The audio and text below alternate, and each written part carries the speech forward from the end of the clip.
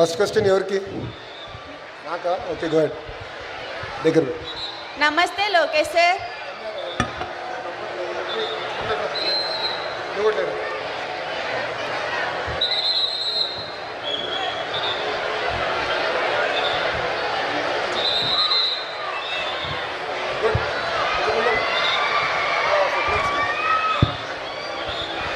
నమస్తే లోకేష్ సార్, నా పేరు ఎన్ ప్రణతి.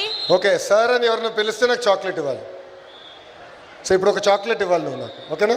ఓకే, లోకేష్ అనొచ్చు, లోకేష్ అన్న అనొచ్చు, ఓకేనా? అన్న దాన్ని చాలా. నమస్తే లోకేష్ అన్న, నా పేరు ఎన్ ప్రణతి. నేను 9th క్లాస్ చదువుతున్నాను. లోకేష్ అన్న, నేను మిమ్మల్ని ఒక ప్రశ్న అడగాలని అనుకుంటున్నాను. అన్న, మీరు ముందు మా స్కూల్కి వచ్చారు. అయితే అప్పటికి ఇప్పటికీ మా స్కూల్ మీకు ఎలా అనిపించింది? చంద్రంపాలెం స్కూల్కి ఎప్పుడు వచ్చినా వర్షం పడుతుంది. ఫస్ట్ టైం సర్ప్రైజ్ విజిట్ అని వచ్చాను, అప్పుడు గట్టిగా వర్షం పడింది, మొత్తం బురద బురదగా ఉండే. రెండోసారి ల్యాబ్ ఓపెన్ చేసాక వచ్చేప్పుడు కూడా భారీగా వర్షం పడింది. ఈరోజు కూడా వర్షం పడుతుంది. సో మన స్కూల్ అంటే నాకు గుర్తొచ్చేది వర్షం. గడిచిన 2 సంవత్సరాలు, ఇది 3వ సారి వస్తున్నా. మా మంగళగిరిలో ఉన్న స్కూల్కి కూడా నేను వెళ్ళా 3 సార్లు. మా నిడమరి స్కూల్ కూడా 3 సార్లు వెళ్ళా. కానీ మీ స్కూల్కి వచ్చా 3rd టైం. నాకు ఈరోజు నిజంగానే చాలా చాలా ఆనందంగా ఉంది. ఎందుకంటే మొదటిసారి వచ్చిన స్కూల్కి 3వసారి వచ్చిన స్కూల్కి ఎంత మార్పు ఉందో మీరందరూ చూస్తున్నారు. అద్భుతంగా గ్రౌండ్లు ఏర్పడినాయి, డ్రైన్స్ కూడా వచ్చినాయి. సో చేంజ్ మనం తీసుకురావచ్చు అనేది ఇది ఒక అద్భుతమైన ఉదాహరణ. So I'm very excited. ఎందుకంటే ఇది ఒక మోడల్. ఈ మోడల్ ఇక్కడ ఒక్క స్కూల్కే కాదు, రాష్ట్రంలో ఉన్న అన్ని హై స్కూల్స్కి ఇలాంటి మోడల్ తీసుకెళ్లాలనేదే నా లక్ష్యం. Thank you. నమస్తే లోకేష్ అన్న, నేను 9వ తరగతి చదువుతున్నాను. లోకేష్ అన్న, మీకు ఏ ఆటలు అంటే ఇష్టం? మీరు ఇంకా ఆడుతున్నారా ఆటలు? ప్రతి భారతీయుడు లాగా నాకు కూడా క్రికెట్ అంటే బాగా ఇష్టం. ఎవ్రీ సండే మా ఇంట్లో ఒక రౌడీ ఉన్నాడు. ఆ రౌడీ మా అబ్బాయి దేవాంశ్. వాడితో ఎవ్రీ సండే క్రికెట్ ఆడతా. సో వారానికి ఒక 2-3 అవర్సే నేను ఆడేది.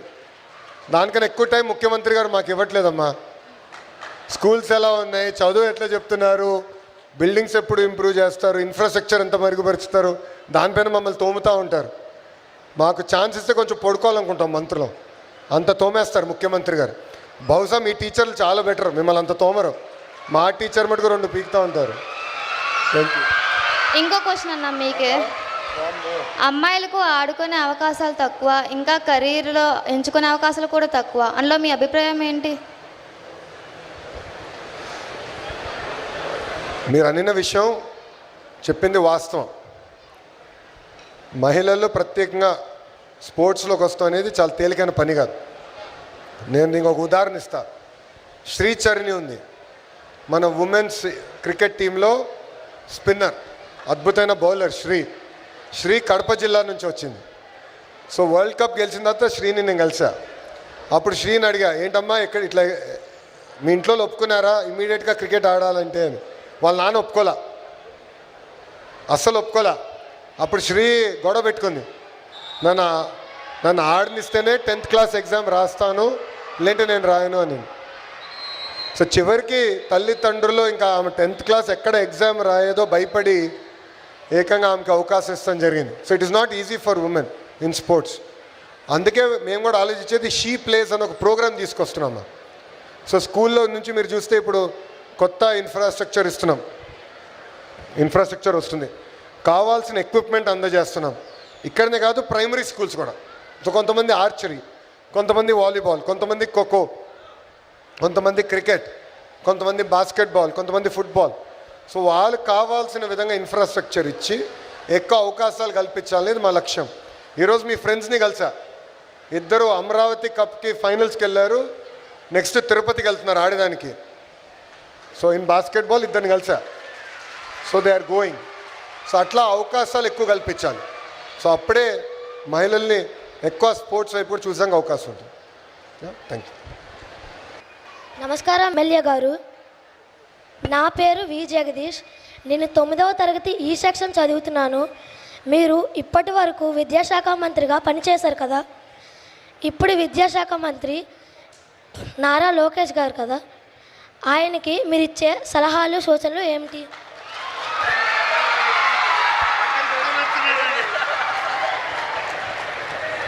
చాలా సంతోషం, ఒక చక్కటి ఇన్ఫ్రాస్ట్రక్చర్ తోటి ఈ స్కూల్లోకి రావటం.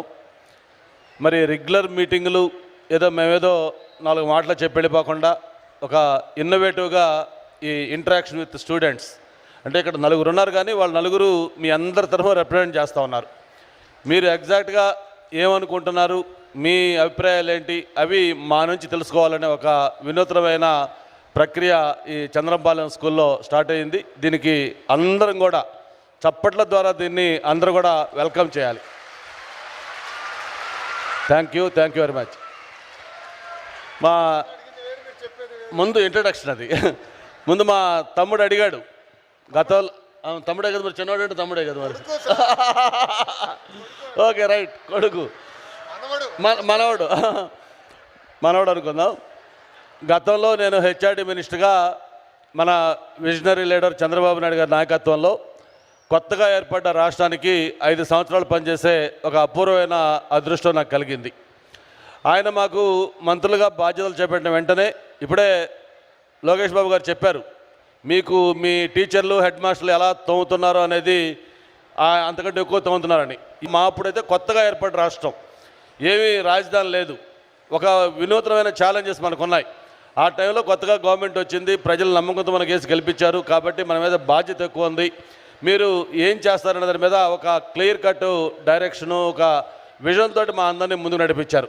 అయితే 5 సంవత్సరాలు కూడా మాకు అదృష్టం ఏంటంటే ఢిల్లీలో మనకి సపోర్ట్ చేసే గవర్నమెంటు, అలాగే అక్కడ పెద్ద ఆయన వెంకయ్యనాయుడు గారు ఢిల్లీలో ఉన్నారు. కొత్తగా ఏర్పడ్డ రాష్ట్రానికి 5 సంవత్సరాల్లో నేషనల్ ఇన్స్టిట్యూట్స్, ఐఐఎం కానీ, ఐఐటి కానీ, ఐసర్ కానీ, ఇలాంటి IIIT కానీ, సెంట్రల్ యూనివర్సిటీ, ఇట్లా మొత్తం ఎన్నో దాదాపు 11 నేషనల్ ఇన్స్టిట్యూట్స్ ఒకే టర్మ్లో 5 సంవత్సరాల్లో ఆంధ్రప్రదేశ్లో అన్నీ కూడా ఫంక్షన్ చేయగలిగాం. అంటే అది ఒక అపూర్వమైన అవకాశం, మామూలుగా అది వీలు కాదు ఎక్కడ ఏ రాష్ట్రంలో కూడా. ఒక 5 సంవత్సరాల టర్మ్లో 11 నేషనల్ ఇన్స్టిట్యూట్స్ ఒకేసారి రావటం అంటే అది ఒక రికార్డు. ఆ అవకాశం మాకు కలిగింది. అంతేకాదు బెస్ట్ ప్రాక్టీసెస్ ఏదైతే ఈరోజు మనం ఫిన్లాండ్, శ్రీలంక లాంటి దేశాలు ఉన్నాయో అవన్నీ కూడా అక్కడికి వెళ్ళి స్టడీ చేసి అక్కడ ఎలా చేస్తున్నారో మనం ఇక్కడ ఎలా ఇంప్లిమెంట్ చేయాలి ఇవన్నీ కూడా అవన్నీ చేసి మేము చేసుకొని వస్తే, దురదృష్టం కొద్దీ 2019-24 సమయం ఏదైతే మనం అంతా కూడా దాన్ని ఒక ఎకో సిస్టమ్ డెవలప్ చేసి బ్రహ్మాండంగా దాన్ని ఒక మూమెంటం తీసుకొచ్చిన తర్వాత 19లో ప్రభుత్వం మారిపోతే ఒక్కసారి మొత్తం సిస్టాన్ని కొలాప్స్ చేశారు. మళ్ళీ దాన్ని ఈరోజు గాడిలో పెట్టడం అంటే ఏదైనా గ్రీన్ ఫీల్డ్ చేయటం చాలా ఈజీ, కానీ ఒక ఉన్నదాన్ని పాడు చేసిన దాన్ని మళ్ళీ చేయాలంటే, రెక్టిఫై చేయాలంటే చాలా కష్టంతో కూడుకుంది. ఈరోజు ఎగ్జాక్ట్గా హెచ్ఆర్డి మినిస్టర్ గారికి ఒక కష్టమైన టాస్క్లో ఉన్నారు. ఎందుకంటే ఆ సిస్టమ్స్ అన్నీ కొలాప్స్ అయినాయి. మళ్ళీ వాటిలో ఒక్కొక్కటి చేయాలంటే చాలా పేషెన్స్ కావాలి. నేను చూస్తున్నాను తను ఒక ఛాలెంజింగ్ టాస్క్ తీసుకోవడం, తను ఇప్పుడు కూడా ముందుంటారు. మరి ఆ రోజు పాదయాత్ర వద్దంటే చేశారు. తర్వాత ఈరోజు మంగళగిరిలో యాక్చువల్గా వద్దు అంటే కాదు అక్కడే పోటీ చేసి గెలుస్తారని చెప్పి గెలిచి చూపించారు. అంటే ఒక ఛాలెంజ్ని సవాల్గా తీసుకొని దాన్ని ముందుకెళ్ళటం ఆయనకు అలవాటు. డెఫినెట్గా బాబు మాకు నమ్మకం ఉంది, ఈరోజు ఈ సిస్టమ్స్ కొలాప్స్ అయిపోయిన ఈ దీంట్లో మీరు డెఫినెట్గా ఖచ్చితంగా మీరు చేస్తారని చెప్పని అనుకుంటా ఉన్నాం. మీరు ఏం లేదు మీకు అన్నీ కూడా ఈరోజు ఓకే కన్విన్స్ అయ్యావు కదా, అయ్యావు కదా అది సిస్టమ్స్ అన్నీ కొలాప్స్ అయి ఉన్నాయి. మనం చాలాసార్లు మాట్లాడుకున్నాం. టీచర్లు విద్య నేర్పే టీచర్స్ని వైన్ షాపుల దగ్గర కాపలా పెట్టిన ఇన్సిడెంట్స్ మనకు గుర్తున్నాయి.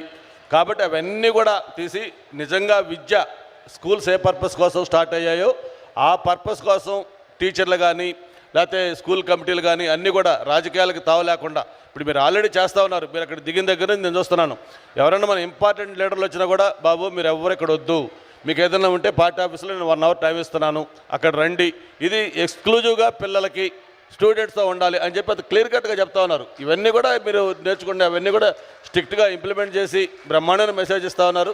డెఫినెట్గా మీ నాయకత్వంలో ఈ విద్యా వ్యవస్థ బాగుపడుతుందని అనుకుంటా ఉన్నాం. అక్షయ్ ఒక చిన్న మాట, నేను విద్యాశాఖ మంత్రి అయిన తర్వాత ఒక పక్కన గంటా శ్రీనివాస్ గారు, ఇంకో పక్కన నారాయణ గారు ఇద్దరు నాకు ఒక మంచి సూచన ఇచ్చారు. అదేంటంటే ఇప్పుడు హై స్కూల్లో మనకి సబ్జెక్ట్ టీచర్స్ ఉంటారమ్మా, కానీ మనకి ప్రైమరీ స్కూల్స్ ఉంటాయి. కరెక్ట్, 1st క్లాస్ నుంచి 5th క్లాస్ వరకు ప్రైమరీ స్కూల్స్ ఉంటాయి. ప్రైమరీ స్కూల్స్లో ఏమవుతాయంటే తక్కువ పిల్లలు ఉన్నారని ఒకే టీచర్ ఉంటారు.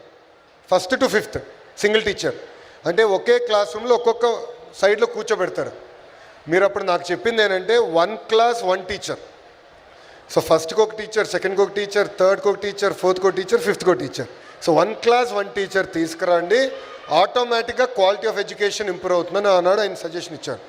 దాంతో ఏమైందంటే 3% స్కూల్స్ని 1 class 1 టీచర్ని ఇప్పుడు 33% తీసుకెళ్ళాం. సుమారుగా 10,000 పాఠశాల 1 class 1 టీచర్ వచ్చింది. అందరి ముందర చెప్పేదానికి ఇబ్బంది పడుతున్నారు, కానీ హౌస్లో బాగా గుచ్చి మమ్మల్ని ప్రశ్న అడుగుతారు. అది గుర్తుందా, మీరు చెప్పారు 1 class 1 టీచర్.